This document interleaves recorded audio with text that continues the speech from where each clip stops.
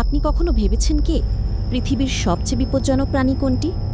আপনি হয়তো মনে করছেন যে এটা সিংহ, হিপ্পো, কুমির অথবা শার্ক হতে পারে, কিন্তু এই প্রাণীটি তাদের থেকেও অনেক বেশি ভয়ঙ্কর। এটি এতটাই বিপজ্জনক যে এর ক্ষমতা পৃথিবীকে ধ্বংস করতে সক্ষম। এটা এত বিপজ্জনক যে একবার মাত্র একটি চিড়িয়াখানায় রাখা হয়েছিল এবং সেটা ছিল মাত্র 18 বছর ধরে। তারপর থেকে এই প্রাণীটি আর কোনো চিড়িয়াখানায় রাখা হয়নি, কারণ এটি পৃথিবীর সবচেয়ে বেশি মানুষের মৃত্যুর জন্য দায়ী এবং এখন পর্যন্ত প্রায় লাখো প্রজাতিকে বিলীন করে ফেলেছে। 1963 সালে ব্রঙ্কস চিড়িয়াখানায় নিউ ইয়র্কে এই বিপজ্জনক প্রাণীটিকে একটি পরীক্ষামূলক প্রদর্শনী হিসেবে রাখা হয়েছিল। এই প্রদর্শনীটি এতটাই আকর্ষণীয় হয়েছিল যে এটি সারা বিশ্বের শিরোনাম হয়ে ওঠে। তবে যে জিনিসটি তারা প্রদর্শন করেছিল তা ছিল খুবই অদ্ভুত এবং অবিশ্বাস্য। এটি ছিল একটি আয়না।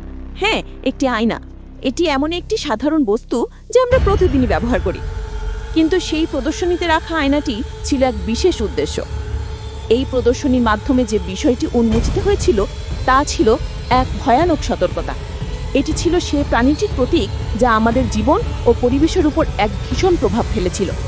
একটি সাধারণ আয়না আমাদের দেখতে সাহায্য করে, কিন্তু সেই আয়না যখন বিপজ্জনক প্রাণীর সাথে সম্পর্কিত হয় তখন তার প্রভাব অদ্ভুত এবং বিপর্যয়কর হয়ে ওঠে। এই প্রাণীটির ক্ষমতা এতটাই ভয়ঙ্কর ছিল যে এটি মানুষের জীবন কেড়ে নিতে খুবই দ্রুত সক্ষম ছিল। এটি এখন পর্যন্ত পৃথিবীর সবচেয়ে বেশি মানুষের মৃত্যুর জন্য দায়ী। শুধু মানুষের মৃত্যুই নয়, এই প্রাণীটি প্রায় লাখ লাখ প্রজাতিকে বিলীন করে ফেলেছে। এমন একটি প্রাণী যে এমন বিধ্বংসী শক্তির অধিকারী, সে কেন আমাদের এত ভয় দেখিয়েছে তা সহজেই ভাবা যায়। ব্রঙ্কস চিড়িয়াখানায় যখন এটি প্রদর্শন করা হচ্ছিল তখন সারা পৃথিবী জুড়ে এর প্রতিক্রিয়া শুরু হয়। মানুষ ভয় পেয়ে যায় এবং আরও জানতে চায় এই প্রাণীটি সম্পর্কে। এভাবে এটি গোটা পৃথিবীতে আলোচিত হয়ে ওঠে। কিন্তু একটাই প্রশ্ন থেকে যায়, এই প্রাণীটির আসল উদ্দেশ্য কি ছিল এই একক প্রদর্শনের মাধ্যমে? তারাও কি প্রকৃতপক্ষে আমাদের সত্যিই কিছু শেখানোর চেষ্টা করছিল?